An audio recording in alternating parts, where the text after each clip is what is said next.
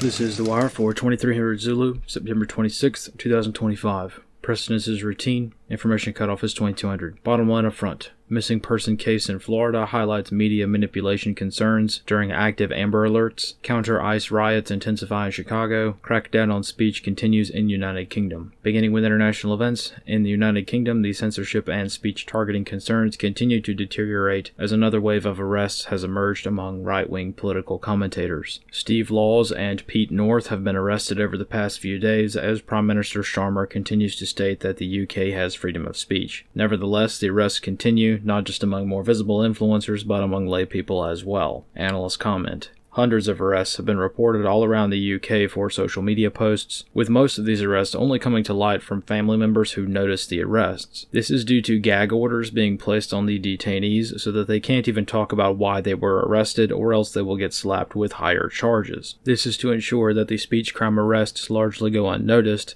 since public outcry would result if high-profile arrests are made. Since the courts are now routinely placing gag orders on people who are being arrested on speech crime charges, the sheer scale of how many arrests are being made is impossible to know. On the home front in Illinois, the situation in Chicago continues to deteriorate as more counter-ICE riots escalate. Various blockade-type actions remain the main vector for rioters to hinder ICE actions, such as at the detention facility in Broadview. In Iowa this afternoon, a high-profile ICE raid was carried out targeting Dr. Ian Andre Roberts. Roberts was the superintendent of the Des Moines public school system, but he was also a fugitive and illegal immigrant from Guyana who had an active deportation order since May of 2024. After his case was reopened, ICE agents made contact with him today, after which he fled on foot before a K-9 unit apprehended him. He was arrested in possession of a firearm, a large knife, and several $1,000s. In Florida, yesterday evening, a high-profile Amber Alert was issued for a hostile abduction of a 17-year-old in Marion County. Caden Speech has been found, but was initially reported missing after what was initially described as a very kinetic kidnapping. The victim's family received a text message that indicated he had been shot and kidnapped by 4 Hispanic males in a light-colored van. Local authorities located his abandoned vehicle on Highway 484, which had at least one bullet hole in it, according to the initial story, and Speech's phone was recovered at the scene, broken in half. Analyst comments for this wire.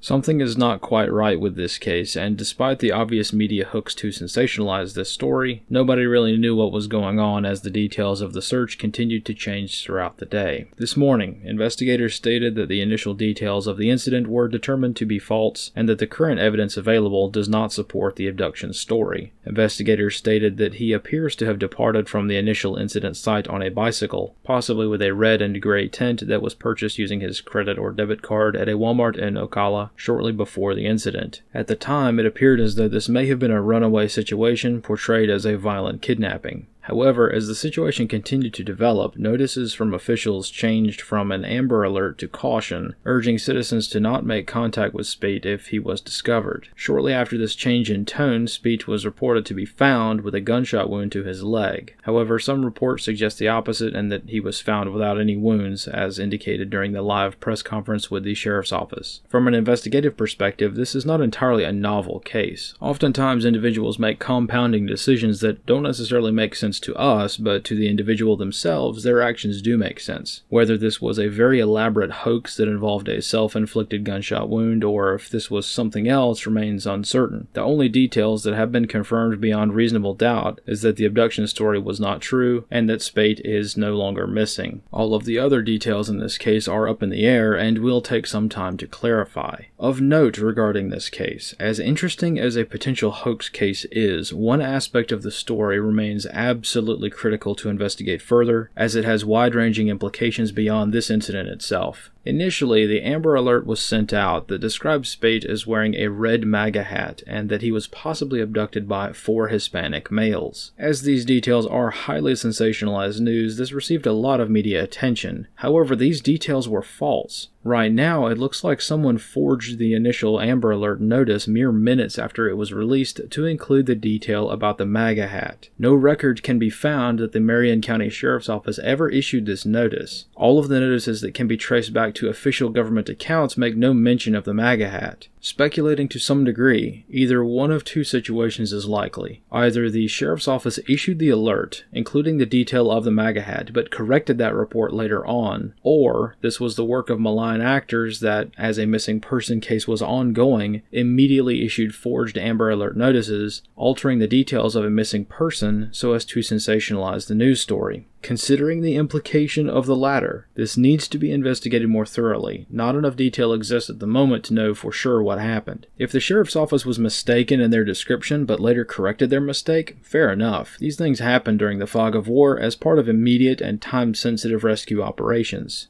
However, if authorities never mention the MAGA hat detail, and that part was forged by media from the very start, we may have bigger problems at hand. The origin of this MAGA hat detail is important, but even so, nearly every media outlet repeated this detail exclusively, even though right now it's nearly impossible to find the origin of this initial claim. Only one screenshot of this allegedly initial Amber Alert notice exists, so if this was a genuine error that was corrected, it was corrected immediately, and most journalists somehow managed to not update their stories. Erring on the side of caution, this is a very strong and serious reminder to always receive missing persons reports from official government accounts, not reposts or screenshots. Missing person reports and many other types of potentially criminal situations are squarely in the realm of what tax dollars pay for. Nobody wants to trust government sources for anything these days, which is fair enough, but in doing so, many people forget that no independent journalist answers the phone when someone calls 911. Missing person cases are squarely in the realm of having to go by what authorities publish, and if those details change, it's best to get those details right from the primary source, because the secondary sources might be altering details of the case. This concludes The Wire for 2300 Zulu, September 26, 2025.